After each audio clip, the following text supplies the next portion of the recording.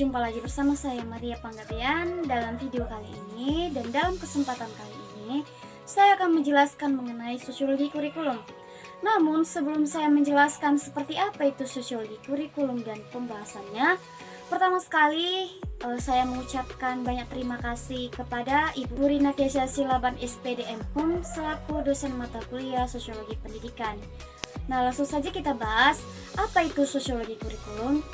Nah, untuk menjawab pertanyaan dari apa yang dimaksud dengan sosiologi kurikulum, caranya adalah dengan menelusuri makna dari konsep tersebut. Kurikulum dipahami berakar dari bahasa Latin, yaitu curricula, bermakna laluan atau jejak. Dengan demikian, kurikulum dimengerti sebagai salah satu laluan yang akan ditelusuri. Makna ini meluas menjadi jurusan, di mana dalam bahasa Inggris, kurikulum dipahami sebagai jelmaan atau metamorfosis. Paduan pengertian kurikulum dipahami sebagai laluan di mana dari satu peringkat ke peringkat lainnya. Bagaimana pandangan para ahli tentang pengertian kurikulum? Berikut beberapa pandangan para ahli diantaranya sebagai berikut, yaitu menurut Grayson, suatu perencanaan untuk mendapatkan keluaran yang diharapkan dari suatu pembelajaran. Itulah pengertian kurikulum menurut Grayson. Selanjutnya ada menurut Inlow, di mana semua pengalaman yang direncanakan, yang dilakukan oleh sekolah untuk menolong para siswa yang mencapai hasil belajar pada kemampuan siswa yang paling baik. Selanjutnya, kurikulum menurut Seiler, J. Gallen, dan William N. Alexander, di mana pengertian kurikulum keseluruhan usaha untuk mempengaruhi belajar, baik berlangsung di kelas, di halaman, maupun di luar sekolah. Nah, berdasarkan menurut para ahli tersebut, dapat dipahami bahwasannya pengertian kurikulum itu dapat dipahami berikut, yaitu suatu perencanaan, suatu usaha belajar, suatu usaha pembelajaran, dan suatu hasil. Dengan demikian, kurikulum dapat pula dipahami sebagai suatu perencanaan, pembelajaran, proses pembelajaran, dan hasil dari perencanaan, dan proses pembelajaran dari sekolah atau perguruan. Nah, dalam hal ini, kurikulum dapat diartikan sebagai kurikulum merupakan sebuah semua situasi, atau keadaan dalam mana lembaga pendidikan dapat menyelidiki, menegosiasi, memonitor, dan mengevaluasi secara sadar terhadap perkembangan kepribadian peserta didik. Nah, selanjutnya kita akan membahas mengenai apa itu tipologi kurikulum.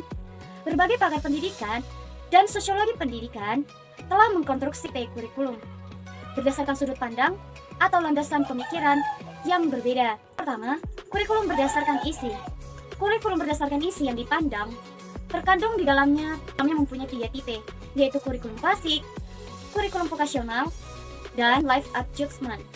Yang kedua yang kita bahas adalah dalam tipologi pengembangannya, di mana kurikulum berdasarkan bagaimana dia berkonstruksi atau dibangun dapat mengambil 2 tipe, yaitu kurikulum model administratif dan akar rumput. Ketiga, yaitu kurikulum berdasarkan harapan kenyataan, di mana berdasarkan harapan kenyataan, kurikulum dapat dibagi ke dalam tipe kurikulum ideal dan real atau aktual. Yang keempat, kurikulum berdasarkan struktur dan materi pembelajaran.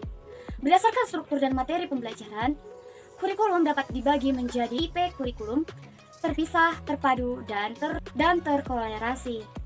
Nah, yang kelima itu berdasarkan cangkupan kegunaan, di mana berdasarkan cangkupan penggunaan ini, kurikulum bisa diklasifikasikan atas kurikulum nasional, lokal, dan sublokal atau sekolah.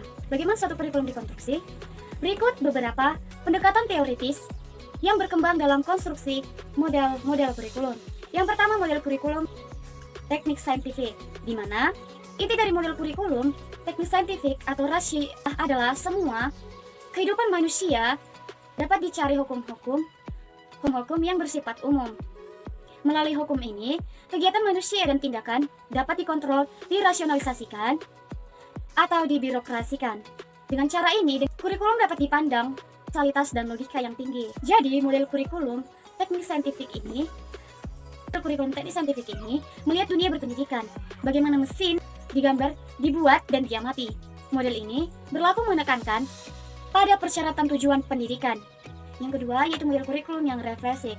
Kurikulum dilihat sebagai kontrak sosial dari para pembuatnya. Oleh sebab itu, kurikulum dibuat dapat diperbincangkan, didiskusikan, dirundingkan, dan dinegosiasi secara bersama-sama. Ketiga, kita akan membahas mengenai model kurikulum dan relasional, di mana intinya dari kurikulum relasional ini adalah usaha. Jadi, adanya pengakuan bahwa apa yang dianggap sebagai pengetahuan di sekolah tumbuh dari suatu latar historis tertentu. Diusung dalam pemikiran dan isi diharapkan dapat diselesaikan melalui pendidikan. Yang selanjutnya kita akan membahas tentang kurikulum tersembunyi. Latin dikembangkan oleh Bonson Tender I dan digunakan oleh para pendidik, sosiolog dan psikolog yang menjelaskan mengenai sistem informal. Konsep ini menunjuk pada permintaan implisit, di mana sebagai lawan atau kewajiban eksplisit dari kurikulum ini merujuk pada peraturan, regulasi, melalui bagaimana ruang kelas di organisasi, sistem penghargaan, dan sosialisasi moral, berlangsung regulasi dan rutin. Kurikulum tersembunyi memperlihatkan bagaimana pembelajaran yang diperoleh para murid atas kenyataan bahwa mereka merupakan bagian dari suatu komunitas, seperti konsepsi tentang pada umumnya berdasarkan nilai pada umum masyarakat Indonesia. Misalnya, kurikulum dan evaluasi. Nah, apa yang dimaksud dengan kurikulum dan evaluasi?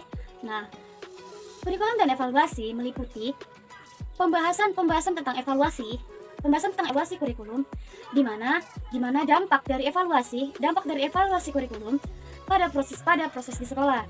Yang pertama, evaluasi kurikulum. Evaluasi kurikulum dapat dipahami secara holistik dan parsial, di mana secara holistik evaluasi kurikulum berarti evaluasi pendidikan secara menyeluruh, meliputi yang pertama isu atau substansi, yang kedua proses pelaksanaan program pendidikan, yang ketiga kompetensi kelulusan, yang keempat pengadaan dan peningkatan kemampuan pendidikan, yang kelima pengelolaan, yang keenam sarana prasarana, yang ketujuh pembiayaan, dan yang kedelapan penilaian pendidikan dengan cara belajar peserta didik dan program pembelajarannya sesuai dengan kemampuan yang mereka miliki. Demikian yang bisa saya jelaskan mengenai apa itu sosiologi kurikulum.